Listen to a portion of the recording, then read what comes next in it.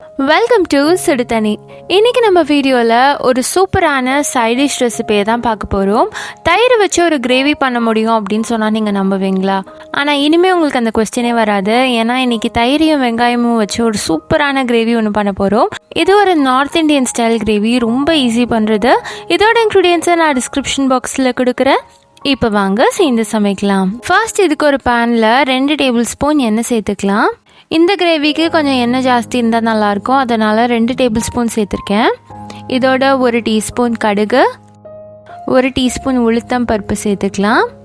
அதோட 1/4 டீஸ்பூன் பெருங்காயத்தூள், கூடவே 1 டீஸ்பூன் சீரகம், அதோட 2 பச்சை மிளகாவை கட் பண்ணி சேர்த்துக்கிறேன். இது நல்லா பொரியட்டும்.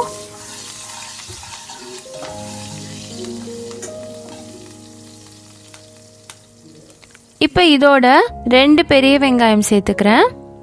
நம்ம இதில் வேறு எந்த வெஜிடபிள்ஸுமே சேர்க்க போகிறதில்ல, வெறும் வெங்காயம் மட்டும்தான். அதனால 2 வெங்காயமாக சேர்த்துக்கோங்க. இது நல்லா வதங்கிரும். சேர்த்துட்டு இதை நல்லா நம்ம வதக்கணும். வெங்காயம் நல்லா சாஃப்டாக வதங்கி வரதான் அதோட டேஸ்ட் சூப்பராக இருக்கும். ஸோ அடுப்பை லோ ஃப்ளேம்லேயே வச்சுட்டு நல்லா வதக்கிக்கோங்க. இந்த வெங்காயம் நல்லா குக் ஆகிறதுக்காக தான் நம்ம எண்ணெய் கொஞ்சம் ஜாஸ்தியாகவே சேர்த்துருக்கோம். இது ரொம்ப ஃபேமஸான ஒரு north Indian recipe. Chapati, phulka, ரொட்டிக்கெலாம் செம்ம சூப்பராக இருக்கும். இது நல்லா வதங்கி வரும்போது இதோட 1/2 டீஸ்பூன் உப்பு, 1/2 டீஸ்பூன் மஞ்சள் தூள், 1 டீஸ்பூன் மிளகாய் தூள், 1 டீஸ்பூன் மல்லித்தூள் சேர்த்துக்கலாம். சேர்த்துட்டு நல்லா கலந்து விட்டுருங்க. நம்ம மசாலாலாம் சேர்த்துருக்கோம், அதோட பச்சை வாசனை போகிற அளவுக்கு நம்ம குக் பண்ணணும். ஆனால் இது ட்ரை ஆகிடுச்சுன்னா மசாலா கருகிடும். அதனால் கொஞ்சமாக தண்ணி தெளிச்சுட்டு நீங்கள் குக் பண்ணிக்கோங்க. இது லோ ஃப்ளேம்லேயே வச்சு பண்ணுங்கள், அப்போ தான் அந்த கிரேவி கன்சிஸ்டன்சி சூப்பராக வரும். இது ட்ரை ஆக கொஞ்சம் கொஞ்சமாக தண்ணி தெளித்து நீங்கள் நல்லா குக் பண்ணிட்டே இருங்க. இதில் தக்காளி கூட நம்ம சேர்க்க போகிறதில்ல, அதனால் வெங்காயம் நல்லா சாஃப்டாக வதங்கணும். உங்களுக்கு அது பார்க்கும் போதே இந்த வெங்காயம் நல்லா சாஃப்டாக ஆயிடுச்சுன்னு தெரியும். அந்த அளவுக்கு நீங்கள் குக் பண்ணணும். இப்போ பார்த்தீங்கன்னா இந்த வெங்காயம் நல்லா சாஃப்டாக வதங்கிருச்சு. இப்போ இது கூட 1 கப் தயிர் சேர்த்துக்கலாம். தயிர் ரொம்ப திக்காக இருக்கணும்ன்ட்டு இல்லை, கட்டி இல்லாமல் ஒரு அடி அடிச்சுட்டு நீங்கள் சேர்த்துக்கோங்க.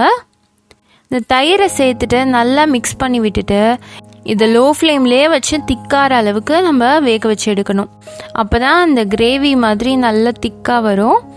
தயிர் சேர்க்கும் போது ரொம்ப ஹையில் வச்சுட்டு சேர்க்காதீங்க, தயிர் திரிஞ்சு போயிடும். இப்போ பார்த்தீங்கன்னா 20 மினிட்ஸ் ஆயிருக்கு. தயிர் நல்லா திக்காயிடுச்சு பாருங்கள். இந்த மாதிரி கிரேவி மாதிரி ஆகிடும்.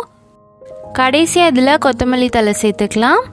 இதில் முக்கியமான விஷயம், தயிர் ரொம்ப புளிச்ச தயிராக சேர்க்காதீங்க, நார்மலான தயிர் சேர்த்துக்கோங்க.